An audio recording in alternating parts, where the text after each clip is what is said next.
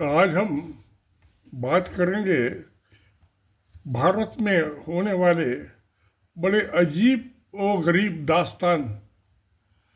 कल बंगाल वेस्ट बंगाल की chief minister Mamata Banerjee ने प्रधानमंत्री को नरेंद्र मोदी को चिट्ठी लिखी है कि बांग्लादेश में जो हिंदुओं के खिलाफ हत्या हिंसा हो रही है, वायलेंस हो रही है, तो उसके लिए यूएन को, यूनाइटेड नेशन को रिक्वेस्ट की जाए कि वो अपनी पीस कीपिंग फोर्स भेजें, शांति सेना भेजें, जिससे वहाँ हिंदू और मुसलमानों के बीच में दंगा फसाद में हत्याएं ना हो, हिंसाएं ना हो। बड़ी अच्छी बात है। हिंसा हत्या तो कहीं भी नहीं होनी चाहिए। और अपने मेंबर्स को पार्लियामेंट के उनको भी हिदायत दी है कि वो पार्लियामेंट में, इंडियन पार्लियामेंट में इस मामले को उठाएं और डिमांड करें सरकार से कि भारत सरकार यूएन से रिक्वेस्ट करे कि अपनी पीस कीपिंग फोर्स भेजें। खैर, ये तो बात ठीक है भाई, शांति तो होनी चाहिए, मगर उसका मैकेनिज्म क्या हो। गौर तलब ये है, अब हिंसा हत्याएं तो होती रहती हैं। ये भारत की कोर्टी अदालतें कराती रहती हैं, बाकी पॉलिटिकल पार्टियां तो कराती हैं। अब ये भी उसी बैंडवैगन में बैठ गए हैं। त्रिपुरा में हाई कोर्ट के जजमेंट की वजह से ईसाइयों में, हिंदुओं में 2 साल से तकरीबन 2 साल होने को आ गए, शायद 2 नहीं होंगे, 1.5 साल हो गए होंगे, मारा मारी चल रही है। ईसाइयों की 100 से ज़्यादा क्रिश्चियंस की चर्चें जला दी गई, तोड़ दी गई। 200 से ज़्यादा आदमियों की हत्या हो चुकी है। कितनी औरतों के साथ बलात्कार हुआ, कितना मीडिया में आया, रिपोर्ट में आया, कितनी औरतें बेचारी अपनी इज्जत बचाने के लिए चुप बैठ गई, कितने बच्चों की हत्या हो गई, कुछ हिसाब किताब ही नहीं है।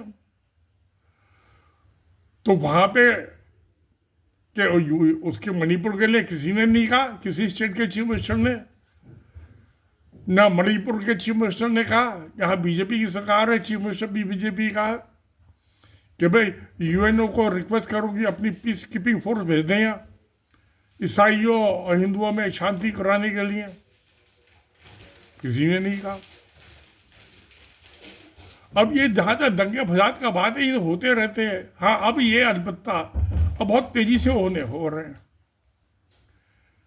सुप्रीम कोर्ट के जजमेंट के बाद, जजमेंट तो नहीं कहना चाहिए कि वो ओरल ऑब्जर्वेशन था chief justice of India D.Y.. Chandrachud का, कि जो प्लेस ऑफ वर्शिप एक्ट 1991 में कहा है कि जो 15 अगस्त 1945 का जो किसी भी मस्जिद का, मंदिर का स्टेटस होगा, वो चेंज नहीं किया जाएगा। उन्होंने ये मुंह जुबानी कहा, ओरली ऑब्जर्वेशन था कि भाई इसमें ये कहीं नहीं लिखा एक्ट में कि सर्वे नहीं कराया जाएगा। सर्वे क्यों, क्या जरूरत है भाई सर्वे करने की। वो खैर, क्योंकि आर्टिकल 141 141 जो कॉन्स्टिट्यूशन इंडिया का है, उसके मुताबिक सुप्रीम कोर्ट का जजमेंट इंडिया की सारी supreme court, high court, district court सब पे बाइंडिंग है, मैंडेटरी है, they are bound by the. मगर क्योंकि ये ओरल ऑब्जर्वेशन है, जजमेंट के अंदर रिकॉर्ड नहीं किया गया है, इसलिए बाइंडिंग नहीं है। हाँ, पढ़िए उस जजमेंट को ध्यान से। मगर शैतानों को तो बहाना चाहिए, पाजीपंथी को पाजीपंथी करनी है। अब जगह जगह भगवान झंडा लेके वो शिवलिंग ढूंढने निकल पड़े, मस्जिदों के नीचे गैती फावड़ा लेके निकल पड़े। तो अब भारत में 28,000 मस्जिदें हैं। ये ज्ञानवापी मस्जिद के मामले को ले हुआ था, ये जो बनारस में है, 28,000 मस्जिद है। तकरीबन 10,000 कब्रिस्तान है मुसलमानों के। 2838 और तकरीबन 6,000 चर्च हैं ईसाइयों की, और इतने ही कब्रिस्तान है, हर कब्र चर्च के साथ कब्रिस्तान है। अमूमन मैंने ये देखा है। तो 6, 12, 38, 50,000 हो गए। उसके बाद आप सिखों के गुरुद्वारे पर, भारत में ये इतने ही लगा लो 10,000 गुरुद्वारे। तो गुरुद्वारों के साथ शमशान नहीं होते हैं, तो 50 और 10, 60,000। अब जैन मंदिर भी हैं, बौद्ध मंदिर भी हैं, वो भी लगा लो आप 5-7,000।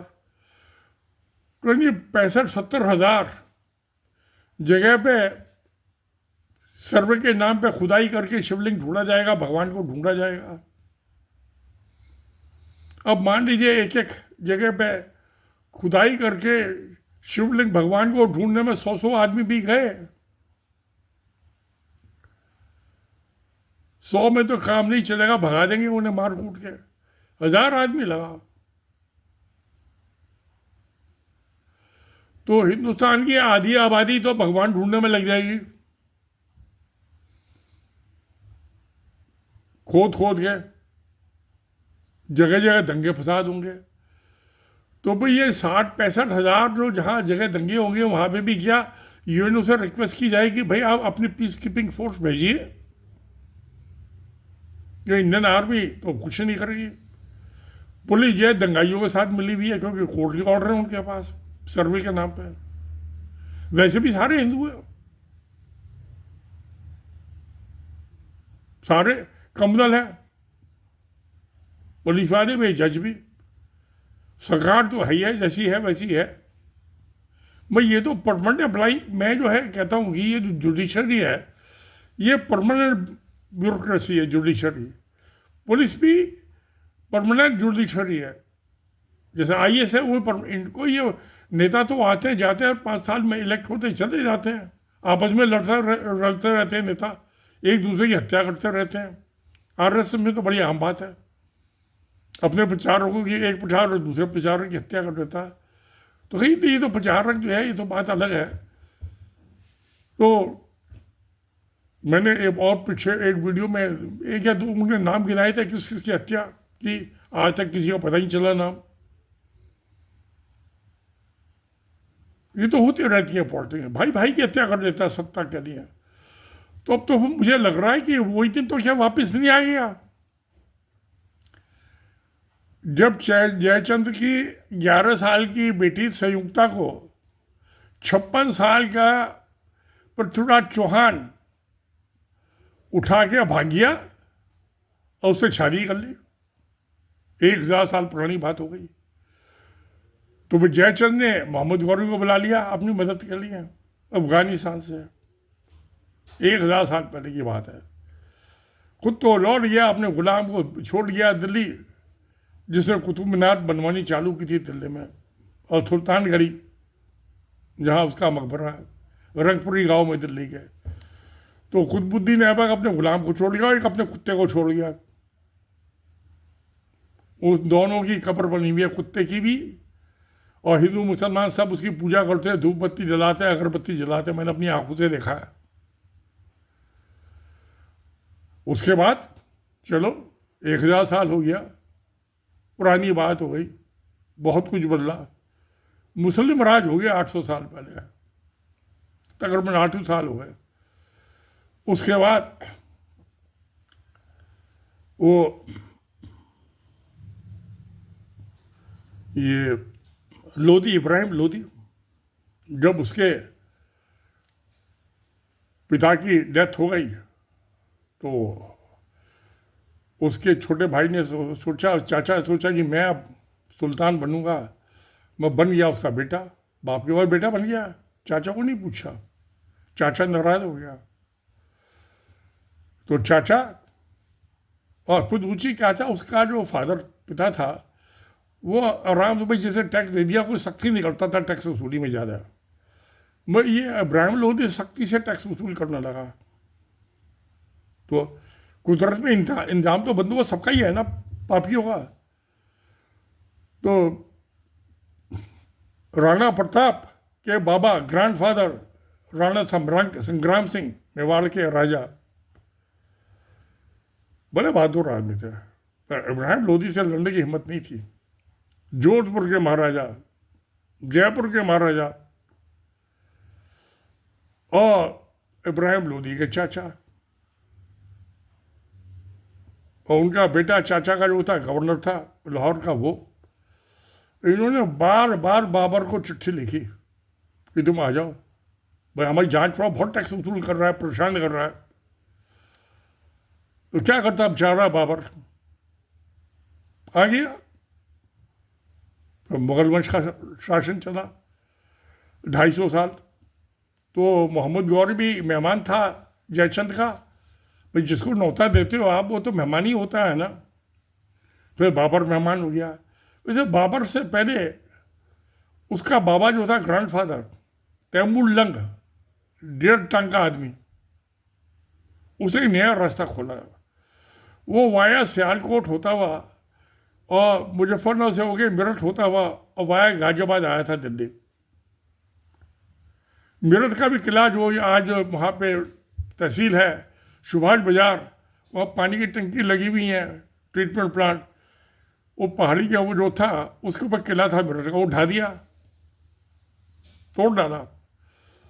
तो गाजियाबाद में के किले पे, लूनी के टीले पे, वो खुद लड़ने नहीं गया, उसको तो दिल्ली जाना था, जल्दबाजी हो रही थी दिल्ली पहुंचने की। तो उसने अपने बेटे को भेज दिया फौज के साथ, एक पार्ट था फौज का। मैं हुआ पता ही नहीं चला उसे, वो तो दिल्ली आ गया था लड़ने के लिए, हिसाब किताब करने के लिए, सौदेबाजी। जब लौट रहा था कि मैं जाते हुए बेटे को ले लूँ, तो पता चला उसके बेटे की तो मर्डर हो गया, हत्या हो गई। और उसकी बॉडी को लोनी में किले के ऊपर, जो जिससे गाजियाबाद में पड़ता है दिल्ली से 5-6 किलोमीटर है, उसके ऊपर टांग दिया किले के गेट पे। बड़ा गुस्सा आया उसको, और तैमूर लंग ने 1.5 टन के आदमी ने वो भी किला लड़ा, हरा के उसको भी मार डाला और किला भी तोड़ डाला लोनी का। अभी एक्सपेडिशन आर्कोलॉजी वाले खड़े थे, उनको मेरठ के किले के और इसके लोनी के किले के भी मिल जाएंगे। मैं एक वही नेक आदमी था जो पहाड़ी रास्ते से नहीं आया हुआ बठिंडा पंजाब, वो वहाँ सियालकोट होता हुआ सहारनपुर तो मेरठ आ गया। पता नहीं क्यों खुश आ दिया, रास्ता अच्छा लगा, कोई बात नहीं, जिसको जैसा अच्छा कर लो भाई, खुश रहो, भगवान सबका भला करे। तो 1.5 टन का तैमूर और कहाँ से चला, कजाकिस्तान, जहाँ से बाबर आया था बेचारा। उस जमाने में कोई हवाई जहाज तो था नहीं, घोड़े पे बैठ के आता 1.5 टन का आदमी, और घोड़े पे इतना डिस्टेंस चल गया, कितना होगा, मैं 2,500-3 हज़ार किलोमीटर तो होगा, पता नहीं। तो रास्ता तो पता था। फिर जब इन्होंने ज़्यादा उसको परेशान किया, आओ आओ आओ, तो जैसे कबूतर को बुलाते हैं ना, बाजरा डाल देते हैं। भाई ताऊ के बाद 200 कबूतर थे, आवाज़ सुन के आ रहे थे कबूतर बाजरा खाने के लिए। ऐसे वो भी कबूतर बन के आ गया बाबर। और फिर आके उसने देखा यहाँ तो बड़ा अच्छा माहौल है, बड़ी नदी है, मौसम भी अच्छा, वहाँ तो बर्फ में पड़ा रहता था काबुल कंधार में। क्या उसको पसंद आ गई जगह, तो बस गया यहाँ। उसका बेटा हुमायूं, अकबर बादशाह, फिर जहांगीर, उसका शाहजहाँ, फिर औरंगजेब, और भी चले। तकरीबन 250 साल उनका राज रहा मुगलों का। तो बहुत मेहमान नवाजी की इन हिंदुओं ने, अपने मेहमान को जिसको बुलाया उसकी सेवा खूब की। मोहम्मद गौरी की भी की, जो गुलाम छोड़ गया उसकी भी की। बहुत सा इब्राहिम लोधी से पहले दिल्ली में बड़ी बड़ी मस्जिदें बनी हुई हैं। अलाउद्दीन खिलजी, दिल्ली दुनिया का पता नहीं मुझे, दुनिया का तो हिंदुस्तान में एक ही शहर है, एक वन ओनली वन सिटी, जिसमें 5 किले हैं, 5। पहला है तुगलकाबाद,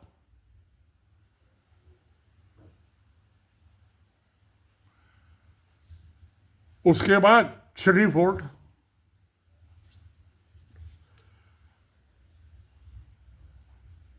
जो अलाउद्दीन खिलजी के ज़माने में बना था।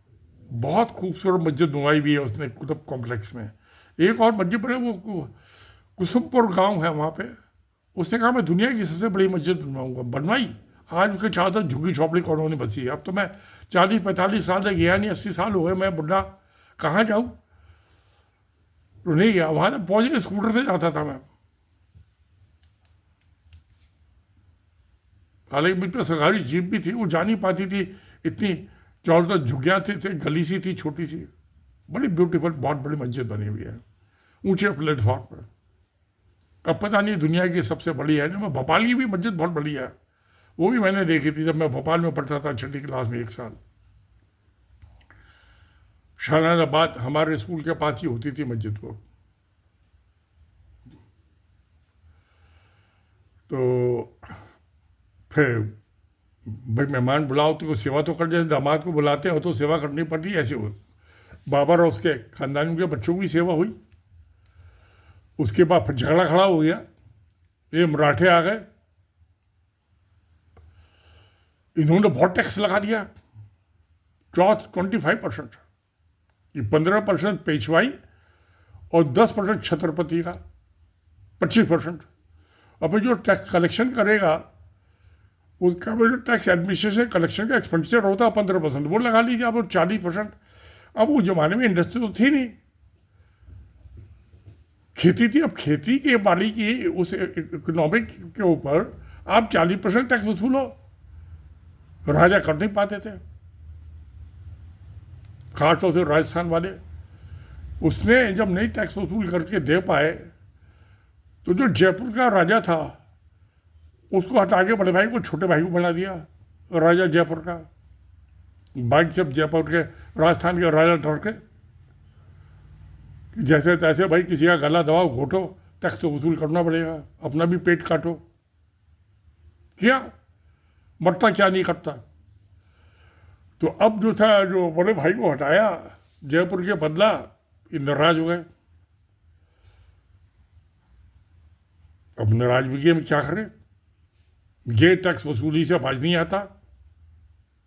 इब्राहिम लोधी, अरे भाई जिसने दे दिया दे दिया, नहीं दिया नहीं दिया, थोड़े से गुजारा चला लो, तसल्ली कर लो, कम खाओ गम खाओ, नहीं पूरा टैक्स वसूल करना है। तो क्या हुआ, फिर इन्होंने कई चिट्ठियाँ लिखी, ये जयपुर के महाराजा ने, मेवाड़ के संग्राम सिंह ने, राणा प्रताप के बाबा, जिसको आज बड़ा ये शूरवीर बताते हैं, था भी शूरवीर, बहुत अय्या लड़ी उसने। उसका नाम तो इसलिए संग्राम सिंह था। और जोधपुर के महाराजा और इसके चाचा इब्राहिम लोधी के, और उसके बेटे जो लाहौर का गवर्नर, इन सब ने जो था 1761 1761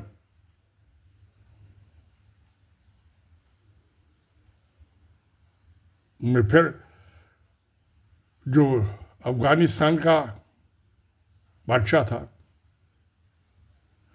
वो बेचारा बड़ा काबिल आदमी था, पढ़ा लिखा, हाईली क्वालिफाइड।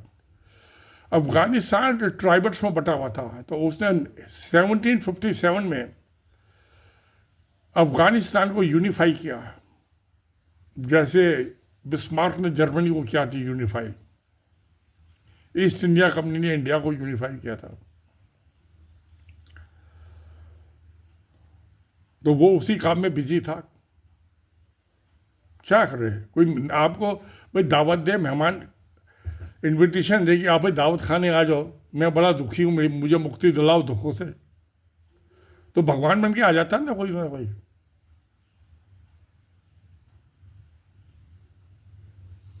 तो फिर वो अपना काम बीच में छोड़ के 1761 में 1761 लड़ाई तो 61 में हुई थी जर्मनी में, वो नवंबर में ही आ गया था 1760 में पानीपत में लड़ाई हुई। तो ये मराठे जो थे हार गए लड़ाई में, बहुत आदमी मरे।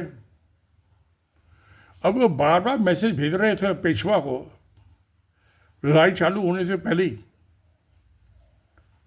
जो छोटा भाई था पेशवा का, अब पेशवा का बेटा, वो मराठा आर्मी को लीड कर रहे थे।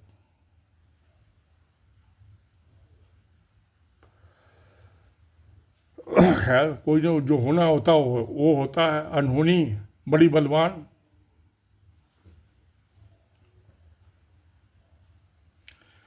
ये हार गए मराठे, बहुत मारे गए। अब पेशवा को जब वो उससे निज़ाम से लड़ने में लगा होता साउथ में, दक्खन में। अब जब चले तो अब क्या, उस ज़माने में ये ईमेल वगैरह नहीं होती थी, मोबाइल फोन टेलीफोन, तो घोड़े पे आके मैसेज देते थे एक दूसरे को। बहुत टाइम लग जाता था, महीना लग जाता, 20 दिन में 15 दिन मैसेंजर सूचना पहुँचाने में। चले वो पूना से अपने फौज ले गए, आगे ग्वालियर में अटक गए सिंधिया। अब वहाँ पे वो अपने लिए शादी के लिए लड़कियाँ ढूंढने लगे। अब जब पेशवा ढूंढेंगे तो फिर बाकी तो सरदार ढूंढेंगे ना।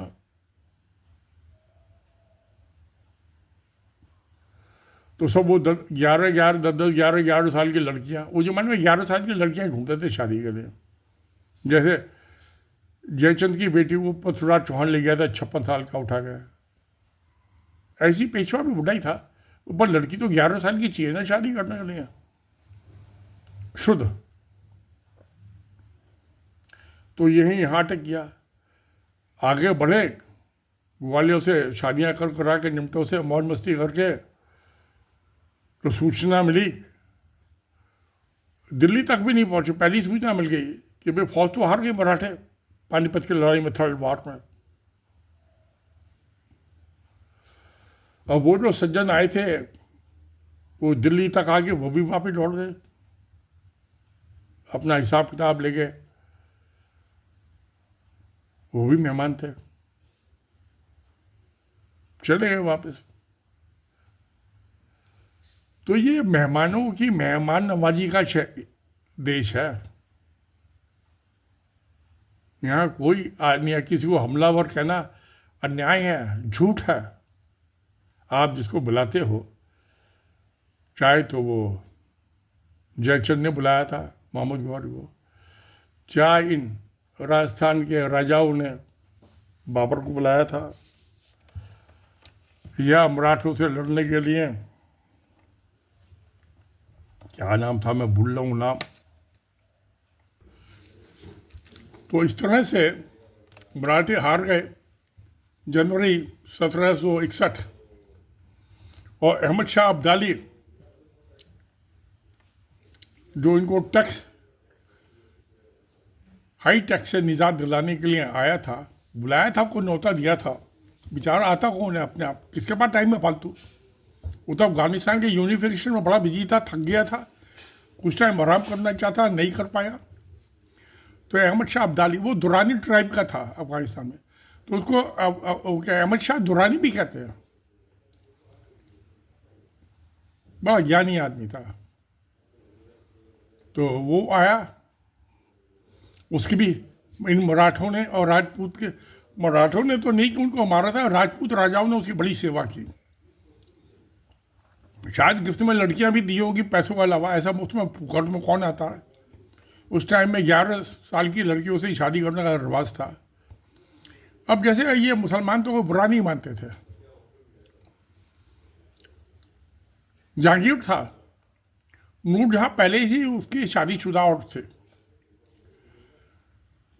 तो वो 11 साल की नहीं, उसकी तो शादी हो चुकी थी पहले। उसके पति की हत्या करा के और नूरजहां को खुद हत्या लिया, अपनी बीबी बना लिया, बेगम बना लिया। नूरजहां बड़े ब्यूटीफुल काबिल औरत थे। जहांगीर तो नशे में रहता था, उसको शराब से बड़ा प्यार था। नूरजहां, उसके दो ही चीज़ों से प्यार था, एक नूरजहां, एक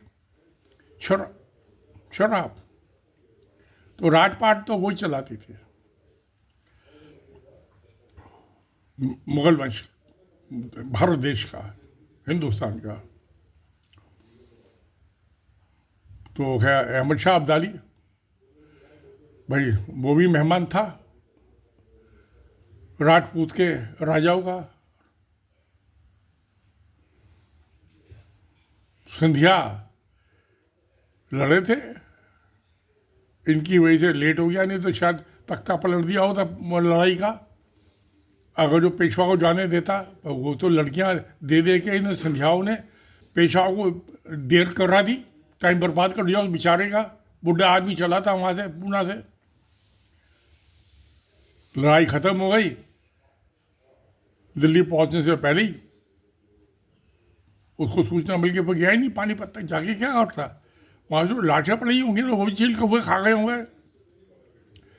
खैर, तो जो भी यहाँ पे आया, जिसको न्योता दिया, वो आया, वो उसने इनकी मदद की। चाहे जयचंद का मेहमान मोहम्मद गौरी,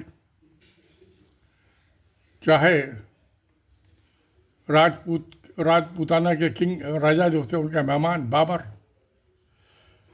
चाहे राजपूताना के राजाओं और सिंधिया, और इसमें लोधी परिवार का आपसी झगड़े में चाचा का निमंत्रण बुलाया, आया। क्या करता बेचारा, कोई बुलाता तो आना पड़ता है ना। तो कोई भी हमला मत नहीं था, सब आमंत्रित माननीय मेहमान थे। तो खैर, ये तो एक बात हुई। अब मैं असली टॉपिक पे लौटता हूँ। ये मस्जिदें बनी, जो लोग आए थे उनमें से कुछ लौट गए, कुछ यहीं बस गए। तो बड़ी अच्छी आब हुआ यहाँ पे, नदियाँ हैं, जमीन भी बड़ी उपजाऊ है, इसलिए यहाँ बस गए। फोकट में कौन बसता है, किसके पास टाइम है बर्बाद करने के लिए। क्या हुआ क्या, अब ये चलो मस्जिद, कब्रिस्तान, ईसाइयों के चर्च, उनके कब्रिस्तान, ग्रेवयार्ड, सिखों के गुरुद्वारे, जैनियों बुद्धों के मंदिर, इन सब के नीचे भगवान खोदना पड़ेगा। खोदने में लगे हुए हैं, चालू हो गया संभल से, ज्ञानवापी मस्जिद से बनारस में, उसके बाद संभल। 5 आदमी को गोली मार दी पुलिस में, आगे पुलिस वाले, पीछे पीछे भगवा झंडा लिए हुए आ गए, जय श्री राम का नारा लगाते हुए, ईंट पत्थर लेके। हो गया। तो अब सवाल ये तो हो गया, जो होना है वो होगा, भगवान की मर्जी है, हम आप कौन होते हैं। तो अब जो ये यूएनओ की पीस कीपिंग फोर्स है, उसको कहाँ बुलाओगे, क्योंकि ये जो आए थे सन 47 से, तो पहले पाकिस्तान और बांग्लादेश भी हिस्सा ही थे। हिंदुस्तान उनको मिला के, उनके बिना तो अधूरा है, अखंड भारत के तो ये हिस्सा थे। अफगानिस्तान, पाकिस्तान, बांग्लादेश, तो वहाँ पे भी कब्रें बनी भी हैं, कब्रिस्तान भी है और मस्जिद भी है। शायद कुछ जगह पे चर्च भी, हाँ चर्च भी होंगी, क्योंकि ब्रिटिश टाइम में तो अफगानिस्तान में तो नहीं होंगी, मैं पाकिस्तान और बांग्लादेश में तो बहुत चर्च होंगी, उनके भी कब्रिस्तान होंगे। उन सबको भी खोद कर देखना पड़ेगा कि कहाँ पे भगवान है, कहाँ पे शिवलिंग है नहीं है, क्योंकि सुप्रीम कोर्ट के चीफ जस्टिस साहब ने अपने ओवरऑल ऑब्जर्वेशन में कह दिया है। तो कहाँ का यूएनओ की पीस कीपिंग फोर्स बुलाओगे, कितने टाइम के लिए बुलाओगे, उसका हर्जा खर्चा कौन देगा, खाना पीने का राशन एक्सपेंडिचर होता है ना, उसका बजट कौन मीट करेगा। और फिर ये तो मैंने जो 60-65 हज़ार ये हिंदू राष्ट्र के बताए ना, जो अफगानी वहाँ पे पाकिस्तान में, बांग्लादेश में मस्जिद है, शमशान कब्रिस्तान है, इस गिरजाघर है, उनके ग्रेवयार्ड्स हैं, मंदिर भी होंगे वहाँ, जैन या बुद्धरू होंगे। तो वो मैंने इसमें हिसाब किताब में नहीं किया है, तो मैं समझता हूँ सब मिलाकर 1 लाख। अब अगर जो एक एक बटालियन, एक बटालियन में 900 आदमी फौजी होते हैं, पीस कीपिंग के लिए 1-1 लाख जगह 1-1 हज़ार 900 आदमी की हथियारबंद बटालियन लगाई जाए, कितने आदमी, कितना खर्चा होगा? किसी इकोनॉमिक्स को दो, प्रोफेसर हो इकोनॉमिक्स का या कॉमर्स वाला भी बता देगा। ये धंधेबाजी तो इकोनॉमिक्स तो एलाइड सब्जेक्ट है। मैं वहाँ एम ए इकोनॉमिक्स का यूनिवर्सिटी का टॉपर थे 1938 में। किसी कॉस्ट अकाउंटेंट से पहुंचना पड़ेगा, चार्टर्ड अकाउंटेंट को नहीं पता होगा, उनका मैथमेटिक्स तो होता है ठीक ठाक ही, ये तो कॉस्टिंग का मैटर है ना, एस्टिमेशन, रफ एस्टिमेशन। तो कितना खर्चा होगा भाई? कहाँ का पीस कीपिंग फोर्स भेजाओ? अब वो किस किस देश से आएंगी पीस कीपिंग फोर्स? बड़ा टेढ़ा सवाल है। मैं तो बुढ़ा हो गया, 80 साल का, दिमाग जो है मेरा खोते वाला हो गया, खुट्टल हो गया, खुट्टल, धार ने खत्म हो गई, चक्कू जो है खुट्टल हो गया, जंग लग गया। तो सज्जनों, प्यारे प्रेमियों, हिसाब किताब लगा के देखो कि कितने आदमी पीस कीपिंग फोर्स के आदमी चाहिए। उसका शुभारंभ में मणिपुर से चालू करते हैं, और ज्ञानवापी मस्जिद से, और ये संभल की मस्जिद से।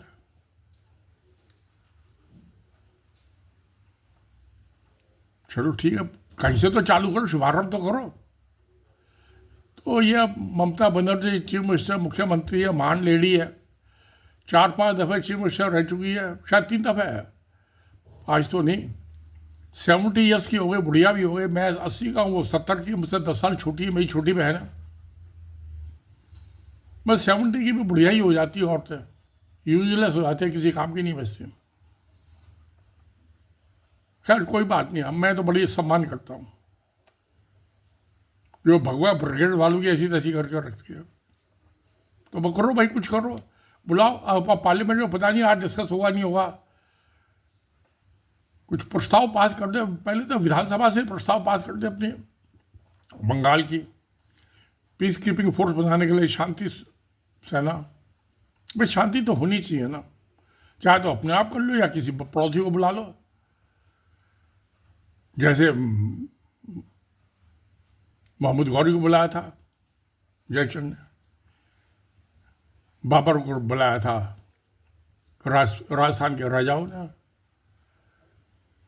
हिंदू राजाओं ने। जयचंद भी हिंदू था, ये भी हिंदू थे। अहमद शाह अब्दाली को, उनको भी राजस्थान के राजाओं ने बुलाया था। मुसलमान को मुसलमान से लड़ा दिया। वो तो हिंदू था, एक पृथ्वीराज चौहान तो महमूद गौरी एक वही मुसलमान हिंदुओं की लड़ाई हुई है 11वीं सेंचुरी में, 1056 के आसपास, 55-56 के आसपास हुई थी, 800 साल पहले। नहीं, 1000 साल हो गए, 1000 साल पहले हुई थी लड़ाई, सॉरी। उसके बाद दूसरी जो बाबर की लड़ाई, वो इब्राहिम लोदी, वो दोनों मुसलमान थे। मुसलमान को मुसलमान से बढ़ा दिया, कुत्ते को कुत्ते से लड़ा दिया, सांप को सांप से लड़ा दिया। तो उसके बाद मराठे भी हिंदू थे, नीची जाति के थे वैसे, ये लो कास्ट के। ये जो था शिवाजी वगैरह सब लो कास्ट के, शुल्क कास्ट, आजकल उनको शुल्क कास्ट बोलते हैं। तो ये भी अभी उनके मराठों के रिजर्वेशन को लेकर महाराष्ट्र में बड़ा झगड़ा चल रहा है कि हम भी नीची जाति के, हमें भी शुल्क कास्ट में शामिल करो, ओबीसी में करो। पता नहीं, हो जाएगा, पॉलिटिक्स में चलता रहता है। फिर अहमद शाह अब्दाली, इसको भी हिंदुओं ने बुलाया। तो इन 2 लड़ाई हुई, ये शुल्क कास्ट हिंदुओं में और अहमद शाह अब्दाली। दूसरी लड़ाई जो थी पानीपत की, तीसरी लड़ाई हो, दूसरी में बाबर मुसलमान, इब्राहिम लोदी मुसलमान। पहली लड़ाई में मोहम्मद गौरी मुसलमान और पृथ्वीराज चौहान हिंदू। तो इन्हीं की 2 लड़ाइयाँ मुसलमान हिंदुओं में, एक मुसलमान में हुई है। तो हमें क्या आपस में लड़ो मरो कोई काटो, हम तो संत महात्मा किस्म के आदमी हैं। तो अब सवाल ये है, मेरे प्यारे पाठकों, मेरे प्यारे दोस्तों, आप फैसला कीजिए कि भाई ये आपस में निमट ले मामला शांतिपूर्वक, कि बिना किसी मारा मारी की, कोई खड्डे मत खोदो किसी के लिए, कहीं भगवान को अपने दिल में ढूंढ लो, मस्जिदों के कब्रिस्तानों के नीचे ढूंढने के बजाय चर्च और क्रमिशन का उनके ग्रेवयार्ड जो होते हैं उसके नीचे ढूंढने के बजाय, सिखों के गुरुद्वारे खोद के उनके नीचे देखने के बजाय, जैन बुद्ध मंदिरों के नीचे खोद के देखने के बजाय अपने दिल में ढूंढ लो, भगवान मिल जाएगा। 1 मिनट नहीं लगेगी, शांति से आंख मीच के बैठ जाओ, अभय मुद्रा, किसी से नफरत नहीं, सबसे प्यार, अखंड प्यार, तो मिल जाएगा, हो जाएगा काम। कोई खुदाई करने के बेकार पसीने पसीने हो, क्या जरूरत है भैया, अपने घर में बैठे हो जाएगा, शांति मिल जाएगी, भगवान मिल जाएगा। भगवान को ढूंढना कोई मुश्किल काम नहीं है। भगवान तो हमारा सबका चेला है ना, जब बुलाएंगे तभी आ जाएगा भगवान। कोई पूजा पाठ नहीं चाहिए भगवान को, कोई रोटी नहीं चाहिए, कोई पानी चाहिए, कोई कपड़ा नहीं चाहिए, वो तो निरंकार है ना। जब निरंकार है भगवान, तो भाई उसके लिए क्यों तुम खुदाई कर रहे हो? उसको तो जमीन भी नहीं चाहिए, भगवान को दफन होना है जमीन में, अपनी कब्र बनवानी है वहां पे, अपनी समाधि बनवानी है, कुछ नहीं बनाना भाई, भगवान को कुछ नहीं चाहिए। तो अपने तुमको भगवान झंडे वालों को तो सब कुछ चाहिए,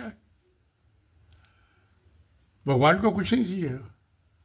तो इसलिए प्यारे, भगवान का नाम लेकर बदनाम मत करो भगवान को, अपने कुकर्मों को बदनाम करना तो करो, अच्छा था वो भी मत करो। क्योंकि मैं पढ़ता रहता हूँ, जिसके बाप को बेटा इसके आरएसएस के उसमें झंडा तिरंगा यात्रा में गया, बाइक पे गोली चलाता हुआ, और मुस्लिम बस्तियों में जाके गालियाँ देनी शुरू कर दी, मोहम्मद को गोली चला दी। वो मंडी का जो प्रधान था उसका बाप था, जो प्रधान था डिप्टी उसका, वो मुसलमान था, उसने गोली चलाई, मर गया। अब मरने वाला मर गया, पुलिस में एफआईआर रजिस्टर हुई, वीडियो बने। आजकल तो वीडियो आ गया ना, बड़े मजेदार से जी, गूगल वालों का धन्यवाद, वीडियो बना लिया था उन्हीं लोगों ने, पुलिस के हाथ तक किया कि पहले से गोली चलाई है, गुप्ता था बनिया भाई। तो अब उसका बाप कहता है कि भाई पहले मैं गया चीफ मिनिस्टर योगी जी के पास, बीजेपी के नेता, उसने मेरी बेटी को नौकरी पे लगा दिया, 6 महीने के बाद निकाल दिया। कहता दोबारा उसने टाइम ही नहीं दिया मुझे मिलने के लिए। अब क्या होता है, दोनों की साथ साथ दुकान है वहाँ मंडी में, दोनों जाते हैं अदालत में, अगली डेट मिल जाती है। तो दुखी एक ही बेटा था, एक ही बेटी थी, अब बेटा चला गया, उसके कंधे पे वो शमशान जाता लद के, बेटे की लाश अपने कंधे पे ढोनी पड़ी। इससे बड़ा एक किसी बाप को क्या सजा दे सकते हो? नहीं हो सकती, नामुमकिन। अब अदालतों का चक्कर काटते रहेंगे दोनों, दुख भुगतते रहेंगे। अब उसने गलती मानी, कहता मैं भी जाता था आरएसएस की शाखा में, मैं बेटे को मना करता था कि ये तू रिवॉल्वर लेके मत जा, तमंचा था नकली देसी जो कट्टे होते हैं। कहता मानता नहीं था बेटा, तो बाप को ही नहीं जाना चाहिए था आरएसएस की शाखाओं में, गया तो भुगत। अब दुख पाते रोते रोते मरेगा। जिंदगी में क्या मिला? एक बेटा एक बेटी मिली, बेटी शादी होगी अपने दूसरे परिवार में चली जाएगी। अब कौन करेगा कर्म कांड? कर्म कौन करेगा? कभी तो मरेगा ही ना। बे औलाद हो गया, निपूता हो गया, निपूता, बिना पूत वाला। ऐसे एक और केस है,